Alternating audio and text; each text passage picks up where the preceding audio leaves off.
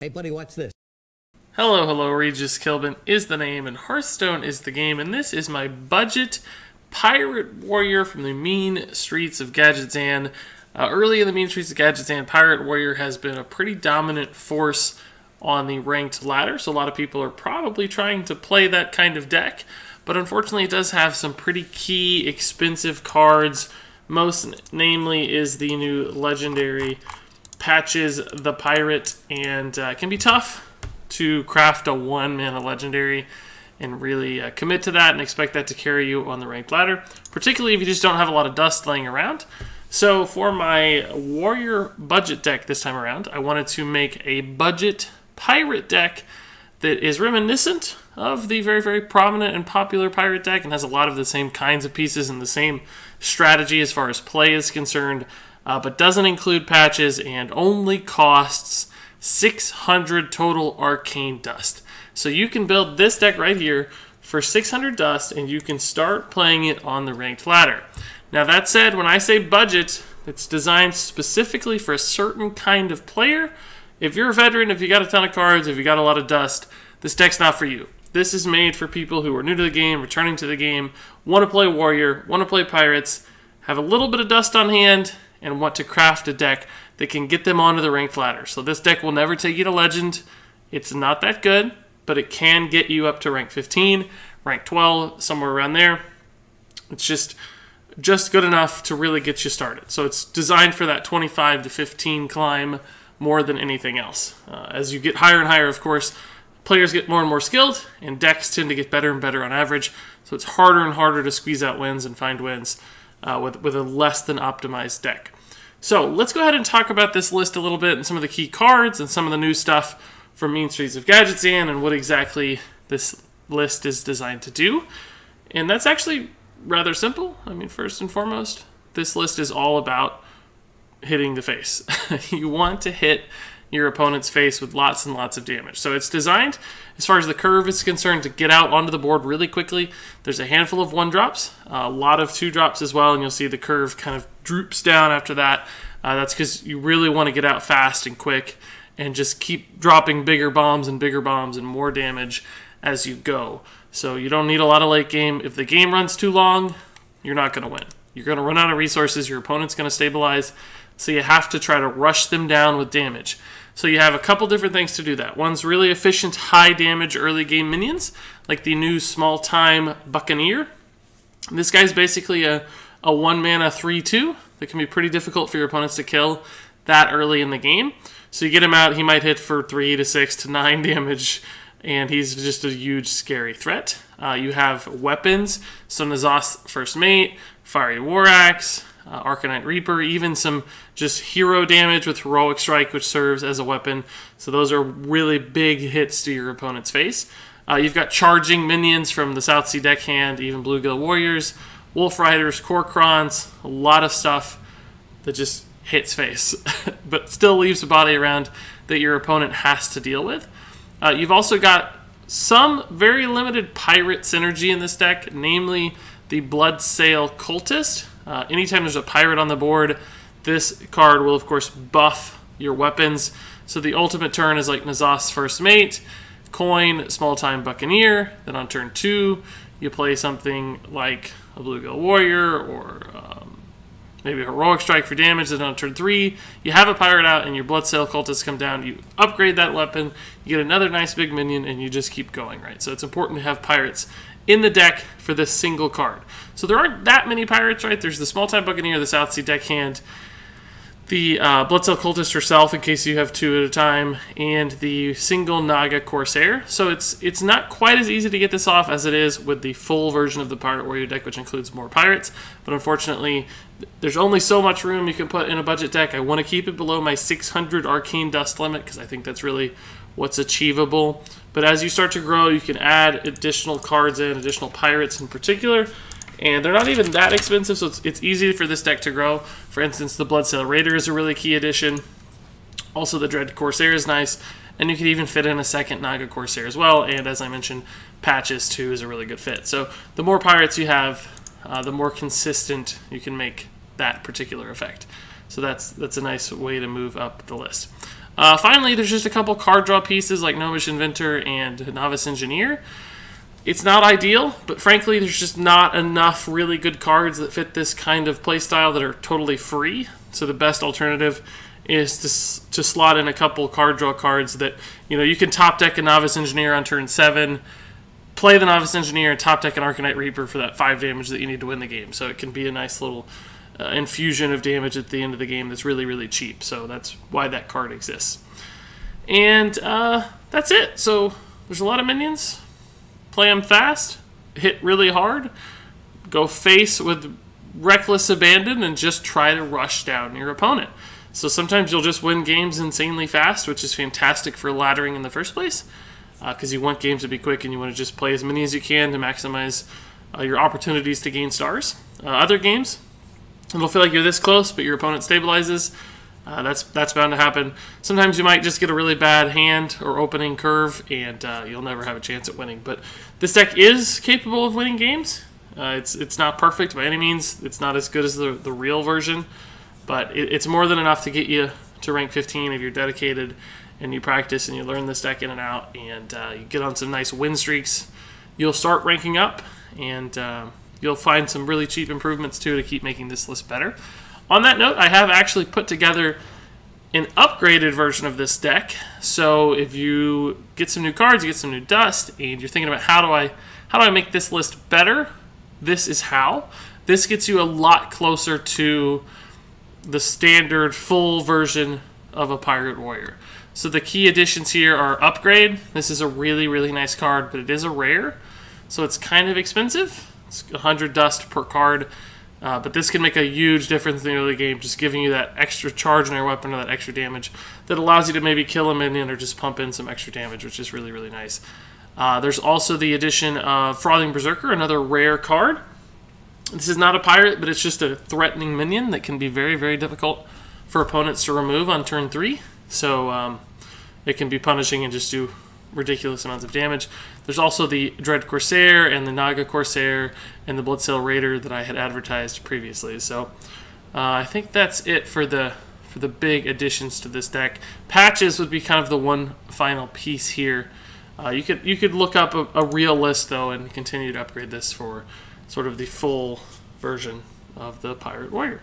So that's the upgraded version. Keep that in mind as you continue to grow into your collection. I think I've said my piece about the budget version, the full budget version, the 600 dust version. So what I want to do now is go ahead and take this out onto the ranked ladder. And I will issue a bit of a warning. I'm at rank 13 right now. As I mentioned, I don't really think this deck is designed to succeed at rank 13. It can win games still, so I hope we win a couple games in these attempts, but don't be stunned if we don't. It happens. We're playing above our heads right now, so losing is always possible. Doesn't mean the deck is bad. I've been testing it. It has the capability to win games. It wins games. This is not the best mulligan I've ever seen, but we do have a good one-drop. We'll just need a weapon at this point. So as far as mulligans are concerned, really, Small Time Buccaneer and the Zoth's First Mate are always your ultimate draws. Like, that's what you have to get to succeed. Because you need a weapon and you need some good early presence. And those are the two things that provide that. Fiery War Axe is also a good keep if you have like a 1-drop into a 2-drop. So just be smart with the mulligan. I mean, look for your 1s and 2s, but also, keep... Oh, see, this is perfect. But keep in mind... keep in mind curve and stuff. So for instance, do I have a 1-2-3 where the minion on turn 2 is very likely to live and set up my Bloodsail Cultist, for instance. Look for those kinds of plays and you'll be in a much better spot. So he's surprised we don't have patches because everybody that's running this deck right includes a patches.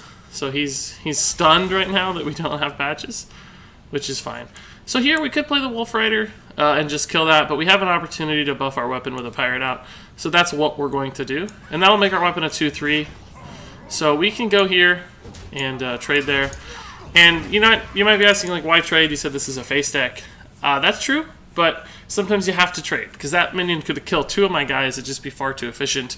He might have to weapon up and trade into this now, which means it's another 2 damage that it does. Instead, he plays a minion which we can just very easily kill. So, we have a decision here. Our mana is not perfect. We're at 4, and we got all 3 cost guys. What we're going to do, though, is play the Raid Leader. This is not the best card in the game, by the way. It's one of the weaker cards in the list, in fact.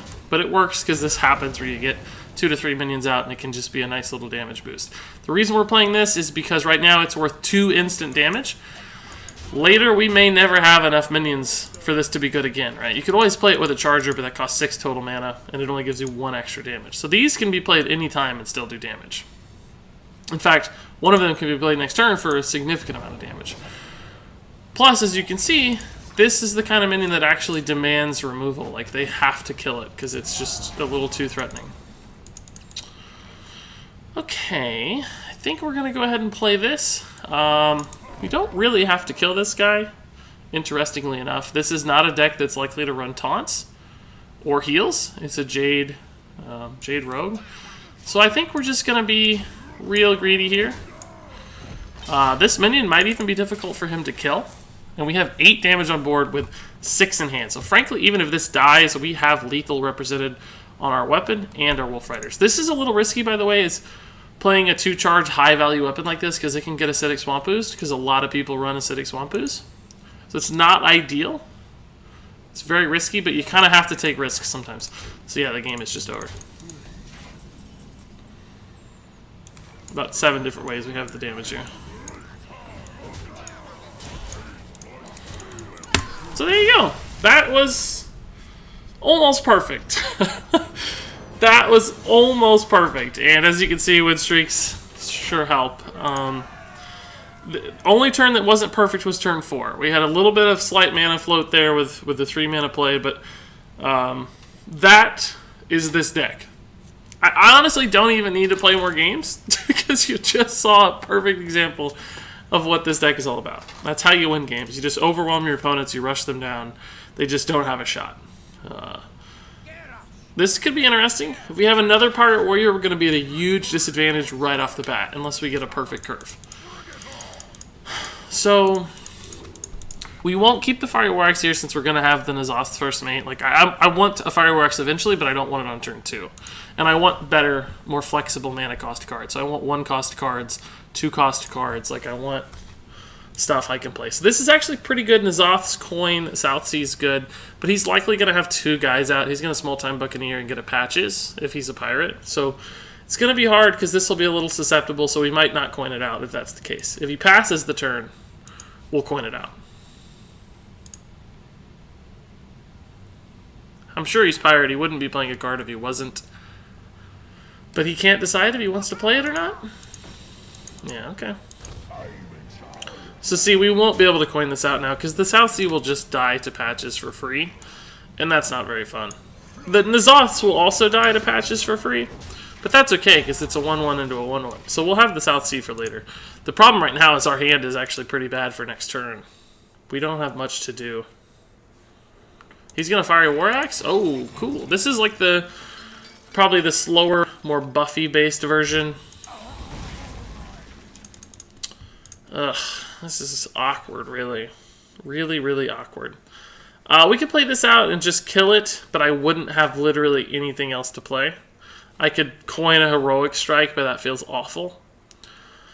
I think this is one of those turns where I have to Fiery War Axe to kill the minion and float this guy out here just to make sure I'm ahead on the board and have initiative with the minion and quite a bit of potential damage next turn. We can play this as a minion. We could maybe do this if we have to kill something big, although it would feel like a waste because we'd have 7 total damage. So this game is the kind of game that we're not likely going to win because he got off to a better start. That's scary, but it's not bad for us necessarily just because it means our minions are likely to live. Like, he's not going to want to run that into a minion. I'm actually going to save this weapon because most likely we're going to Gnomish Inventor next turn and not Fiery War Axe. It's a debate though because we have a 4-mana 7 damage kind of play. So I could take him to 22. If these lived, it'd be even lower. It'd be 17, and then we'd have a 7 damage play. We could take him to 10. It's debatable, but he only has 2 cards, and one's likely to be a minion. I mean, it's just likely. So he can't play a weapon because he's got a really good weapon out. So he's got to play a minion if he gets one, and I want to be able to kill it with my weapon. So that happened, but I can't kill that with my face. It's too much damage. That's a losing play every time, I think. I mean, it takes me down to 8. Yeah, that's just... I can't. It's just a losing play. So we're going to draw a card and see what we get. I think we'll have to trade this guy in this way. That's good. That's pretty good. Yeah, I hate doing this, but it just has to be done. And I'm going to go ahead and load up the weapon now. This deck does run our own Acidic Swampoos. Be really good in the mirror like this. It would probably be worth keeping in the mulligan, in fact. Because imagine if we denied his 15 damage play there. That would have been sick. Oh, that's bad. That's real bad, guys. That's real bad. So we don't have a pirate, so we cannot activate this. We got to go face hard, and we just have to live through this turn. I wish we could armor up, but we can't. We should actually count our damage here. This is 5 because it gets buffed. 7, 9, 12. So we can take him to 10. We just have to hope that we live through the turn. It's not by any means guaranteed. Taking him to 10, by the way, is a risk, but not. Sometimes it's a risk because of the card Mortal Strike. If that's 12 or below, if their health is at 12 or below, they can hit with Mortal Strike harder. In this instance, it didn't actually matter because he had 6 and 4 to kill us anyway, and he had the play. So that was tough. I mean, we had lethal next turn if he didn't. So we got raced down, and we lost. It was close though. Just one turn either way. If he'd had a couple duds in hand or another weapon, we'd have been fine. We would have won the next turn. So you can't complain there. Close game.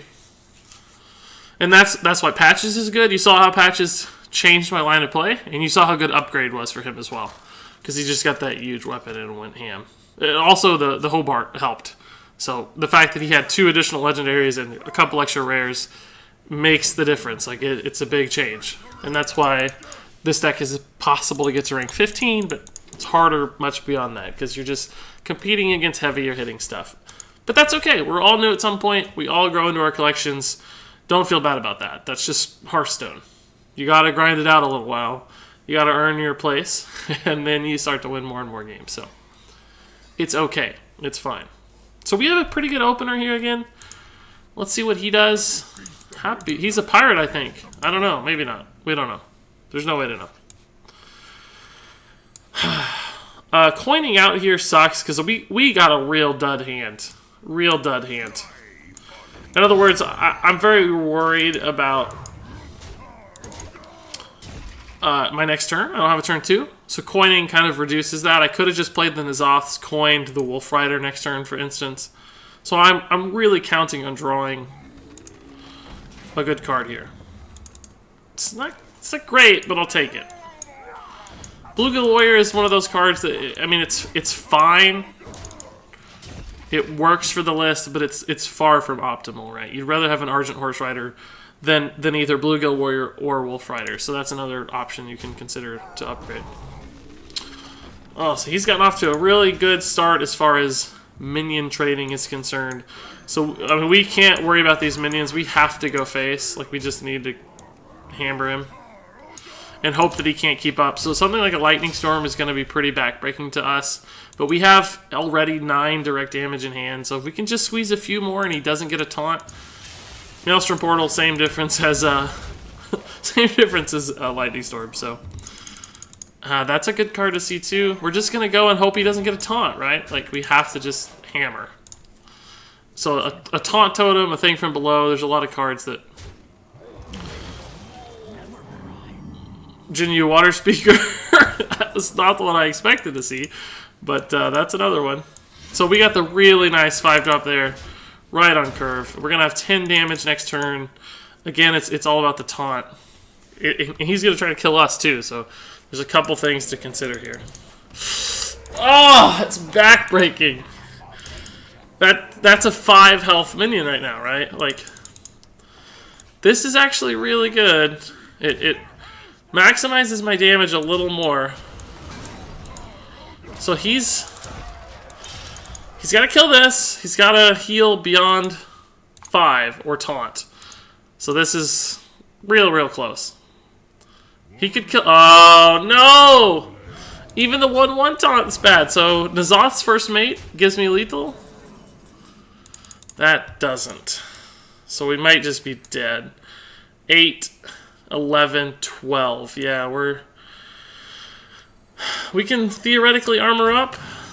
Oh, that's bad too. See, Raid Leader is a card that's not instant in its value, and that's the problem. Mortal Strike's another good card. Like, if these were Mortal Strikes, we could have just hit him in the face, right? That's direct damage that goes behind a taunt. So it's very good in those instances. Oh, we're dead. So, well played.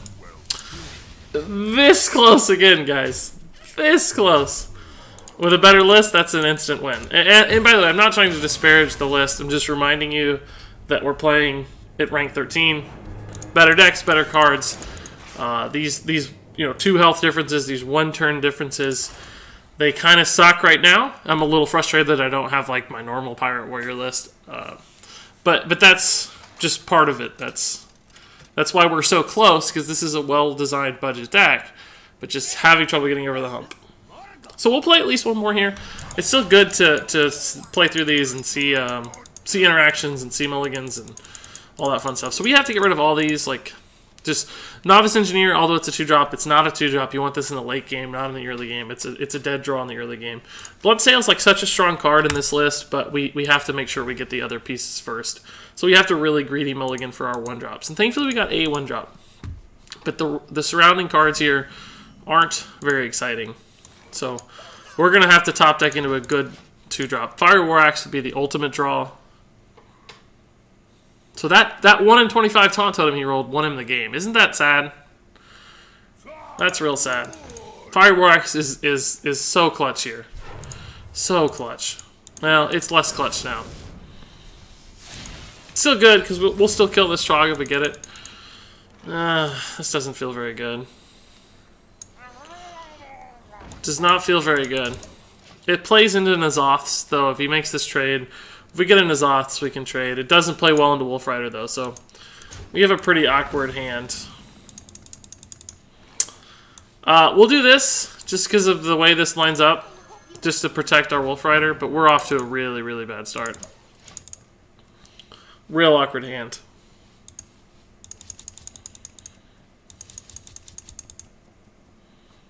Real awkward hand. I mean, next turn...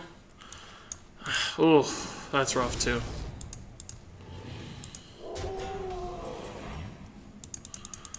So we might just have to Wolf Ride through one of these, and then he's going to get a really nice trade. So we're just in such an awkward spot.